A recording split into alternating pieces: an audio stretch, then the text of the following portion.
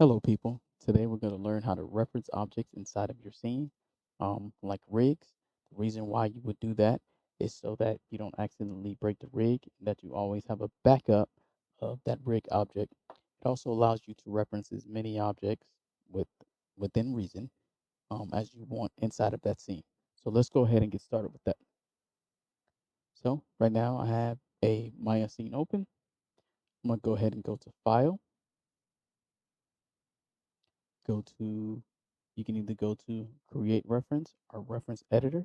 I'm going to go to create reference first, and I'm going to select my robot arm and hit reference. This brings in my robot arm, and if I look to the outliner, you'll see that I have my robot arm rig here with all of the parts, and you see this little blue diamond. This blue diamond indicates that this object has been referenced in, and it's bringing in all of the objects within inside of that scene. So I can move and animate this robot arm as normal, which is a good thing. Now I'm going to go over to my file, go to reference editor, and right here you can see that I have my robot arm referenced into the scene.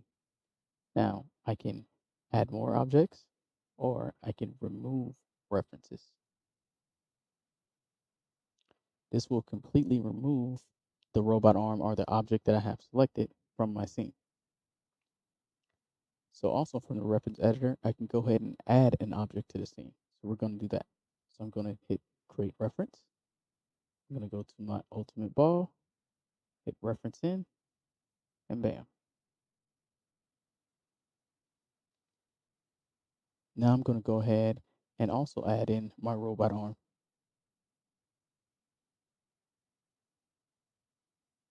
And there we have it. Both of our objects inside of the scene.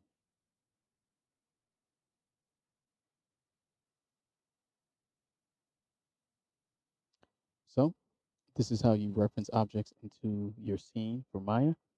I hope that you guys learned something today. And until next time, art is freedom.